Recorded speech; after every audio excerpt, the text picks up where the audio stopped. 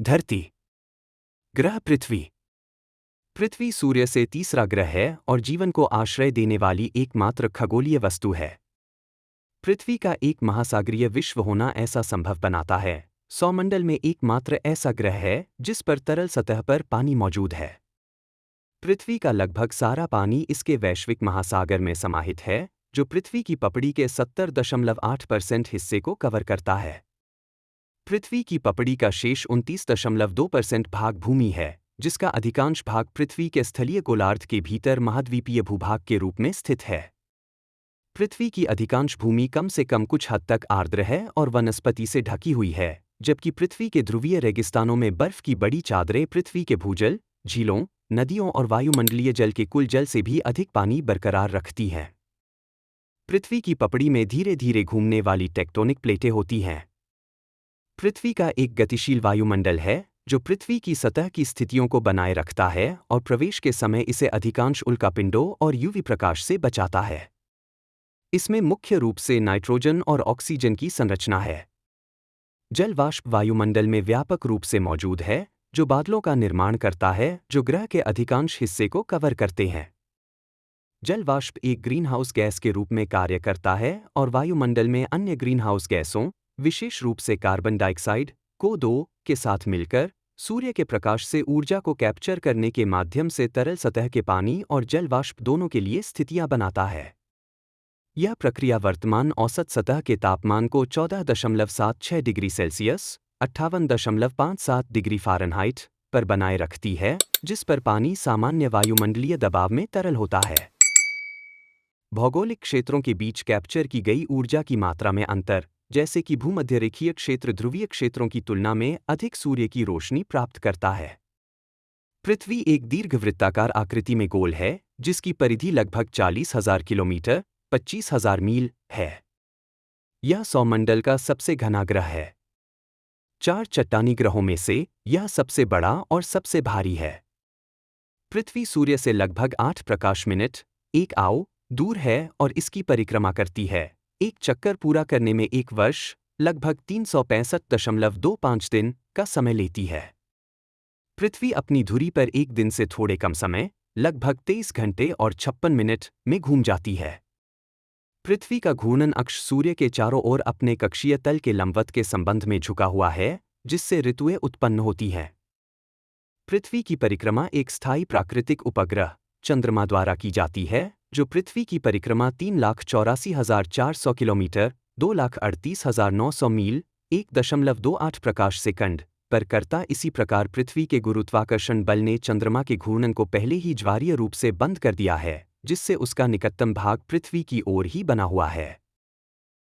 सौरमंडल के अधिकांश अन्य पिंडों की तरह पृथ्वी का निर्माण भी लगभग 4.5 अरब वर्ष पहले गैस और धूल से हुआ था। पृथ्वी के इतिहास के पहले अरब वर्षों के दौरान महासागर का निर्माण हुआ और फिर उसके भीतर जीवन विकसित हुआ। जीवन वैश्विक स्तर पर फैल गया और पृथ्वी के वायुमंडल और सतह को बदल रहा है, जिससे 2 अरब साल पहले महान ऑक्सीकरण घटना हुई। मनुष्य 3 लाख साल पहले अफ्रीका में उभरा और पृथ्वी के हर महाद्वीप में फैल गया। मनुष्य अपने अस्तित्व के लिए पृथ्वी के जीवमंडल और प्राकृतिक संसाधनों पर निर्भर हैं, लेकिन उन्होंने ग्रह के पर्यावरण को तेजी से प्रभावित किया है। पृथ्वी की जलवायु और जीवमंडल पर मानवता का वर्तमान प्रभाव अस्थिर है, जो मनुष्यों और जीवन के कई अन्य रूपों की आजीविका को खतरे में डालता है और बड़े पैमाने पर विलुप्त होने का कारण बनता है। सौरमंडल में पाई गई सबसे पुरानी सामग्री का समय ज्ञात है 4.5682 बिलियन वर्ष पहले। सौरमंडल में पिंड सूर्य के साथ बने और विकसित हुए। सिद्धांत रूप में एक सौर नेबुला गुरुत्वाकर्षण पतन द्वारा आणविक बादल से एक आयतन को विभाजित करता है, जो एक परितारकीय डिस्क में घूमना और चपटा होना शुरू होता है और फिर ग्रह सूर्य के साथ उस डिस्क से बाहर निकलते हैं।